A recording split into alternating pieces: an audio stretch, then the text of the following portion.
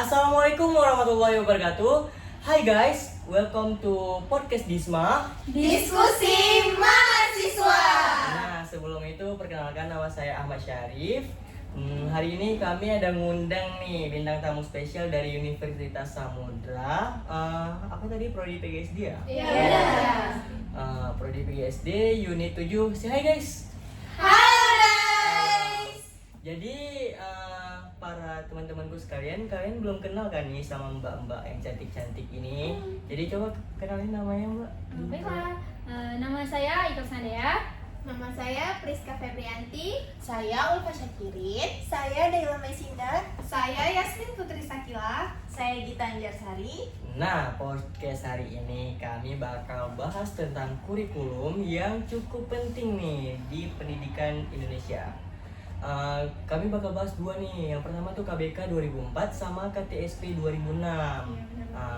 Kalian kan pasti belum pada tahu kan. Jadi menurut Ikhlas, nah sebenarnya KBK 2004 itu apa sih, Ikhlas?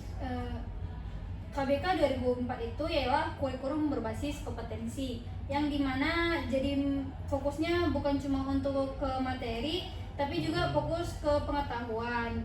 Jadi di sini dia akan menampilkan sikap dan juga keterampilan yang dimiliki siswa tersebut. Oh, menarik ya. Iya banget, makanya ini pembahasannya agak-agak gimana gitu. Jadi kenapa sih waktu itu Indonesia perlu banget beralih ke KBK 2004? Oh Iya, iya, iya. KBK 2004. Karena kurikulum sebelumnya itu dianggap terlalu fokus ke hafalan. Jadi KBK hadir supaya siswa lebih aktif dan punya kemampuan nyata, bukan sekedar tahu teori-teori aja. Berarti ada perubahan besar dong dalam cara belajar di kelas. Iya betul, di KBK siswa itu dituntut lebih aktif, sedangkan guru berperan sebagai fasilitatornya, bukan lagi pusat informasi gitu. Kalau dari segi penilaian apakah juga berubah? Pastinya berubah banget dong ya kan. Karena penilaian di KBK itu berbasis kompetensi, jadi nggak cuma ujian tulis, tapi juga dia praktik, portofolio, dan juga performa siswa. Jadi dia nggak cuma ujian kan. Kalau kita zaman kita SD nih kan, kita pakai KBK sebelum KBK 2004 tuh, kita sih udah ya anak-anak kita ujian, ya udah ujian aja nulis. Jadi nggak ada ketertarikannya. Jadi Boring ya. jadi pemerintah membuat kebijakan yaitu KBK 2004 yang dimana siswa tersebut nanti akan membuat seperti portofolio. Jadi mahasiswa lebih kreatif ke depannya. Jadi menambah wawasan juga lebih itu kalau lebih tepat ya sebenarnya. Iya. Gitu. Oke, ini pertanyaan yang pengen banget nih kita tanyain. Ke siapa nih dulu? Ke siapa dulu? Oke, kemana ya? Ayo, siapa? Oke, random deh. Oke. Jadi pertanyaannya nih, apakah KBK 2004 itu berjalan dengan mulus? Menurut saya sih nggak sepenuhnya, karena banyak guru waktu itu masih kesulitan karena belum terbiasa dengan sistem baru. Karena KBK itu waktu itu masih baru kan, jadi dia kayak kesulitan, belum bisa menguasai teori-teorinya. Nah, apalagi panduannya juga belum terlalu jelas, kayak masih Awam lah ya. acak-acakan lah. Tapi KBK ini kalau didengar dari penjelasan kalian kayak nggak perlu kata-kata, yang penting bukti nyata. Jadi bisa dibilang tantangan terbesarnya itu kesiapan guru lah ya. Iya benar. Selain itu fasilitas sama pelatihannya tuh masih kurang gitu. Masih terbatas gitu Iya, ya. terbatas. Menurut kamu sendiri apa sih kelebihan utama dari KBK 2004 itu? Kalau menurut saya ya, kelebihan KBK 2004 itu mendorong siswa jadi lebih aktif, kreatif, dan punya keterampilan yang bisa diterapkan di dalam kehidupannya sehari-hari gitu. Kalau kekurangannya apa? Ya itu tadi implementasinya tuh kurang maksimal. Jadi belum semua pihak itu dia sama gitu. Berarti beda-beda ya? Iya. Beda. Menarik sih. Terakhir belum yang terakhir kali tapi ya. Oke. Menurut kamu Bagaimana ya? nih, buat siapa ya? Menurut kamu nih Ulfa ya, apakah KBK 2004 itu masih relevan, masih worth it nggak sih kalau diterapkan sekarang nih, di zaman sekarang? Menurut saya sih masih kurang relevan ya, apalagi menurut saya sih relevan. Apalagi Yang benar apa relevan nih? relevan. Relevan, fix ya, relevan. Oke, lanjut. Apalagi sekarang pendidikan juga menekankan kompetensi kan, Iya. tapi harus disesuaikan juga dengan perkembangan zaman. Jadi harus ngikutin zaman sekarang. Kayak sekarang kan teknologi ini lebih berkembang, jadi harus ngikutin gitu. Berarti kalau misalnya ke KBK 2004 ini mengikuti zaman sampai sekarang, berarti masih relevan digunakan. Iya, tapi kalau nggak ngikutin zaman kayaknya kita perlu kurikulum baru deh. Jadi biar nggak Zaman now banget ya. Iya. biar nggak boring kali nih kan. Dari tadi kita kan bahas materi aja nih. Iya. Jadi pasti pemirsa di rumah juga pengen tahu nih pada calon-calon guru nih. Kenapa sih mau jadi guru dari kelas coba? Nah, Aduh, dari saya ya. Aduh, gimana nih ya? Mendarat banget pertanyaan Bapak nih. Belum diskusikan ini. Aduh. Iya. Tapi oke lah. oke. Dipersiapkan. Nah, jadi saya memilih jurusan PGSD ini karena lowongan pekerjaannya lumayan luas ya. Apalagi kalau misalnya kita nih, saya nanti ke Papua. Di Papua tuh pasti kan ada pelosok-pelosoknya. Iya.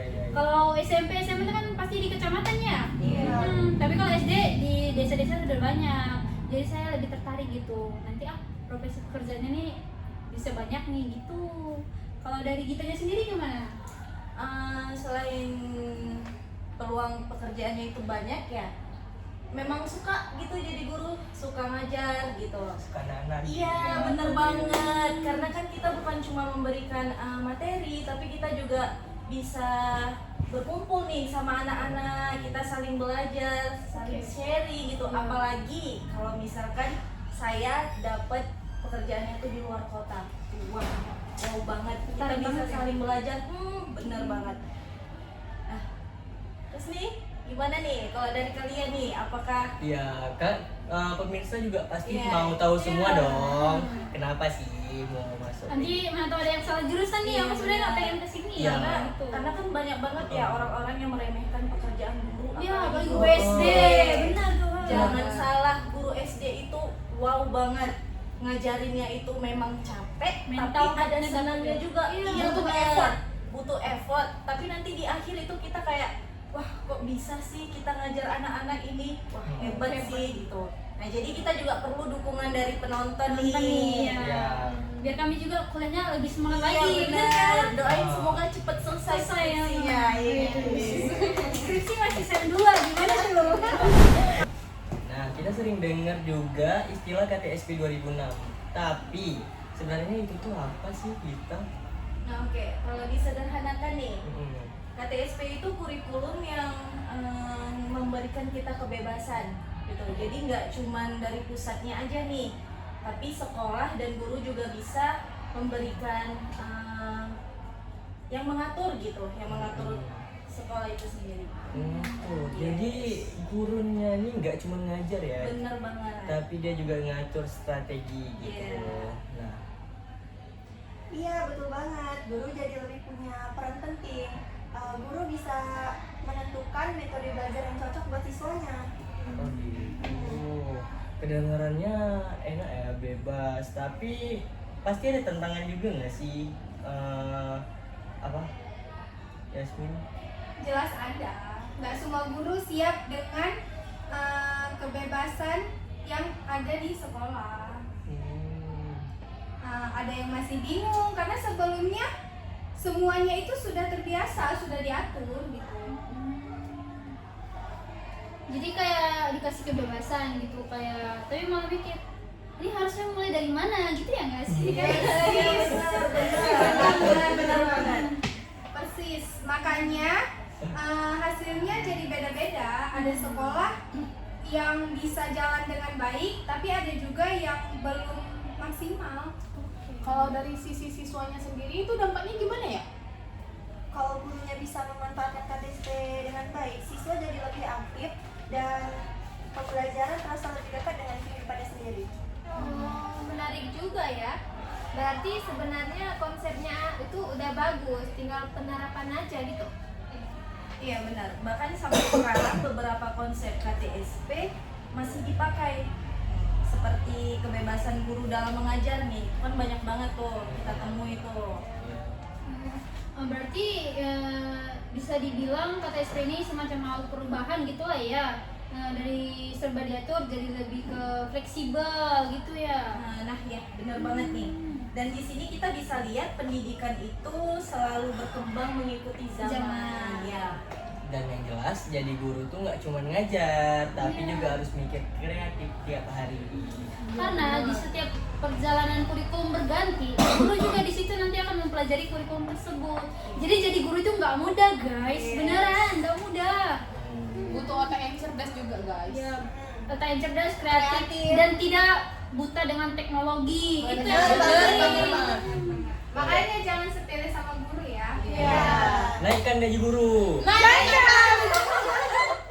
Wah, insightful banget ya pembahasannya. Semoga teman-teman jadi lebih paham dengan tentang KBK 2004 sama KTSP 2006 ya. Itu. Oke. Sampai jumpa di episode berikutnya guys. Bye bye. I just had to let you know you're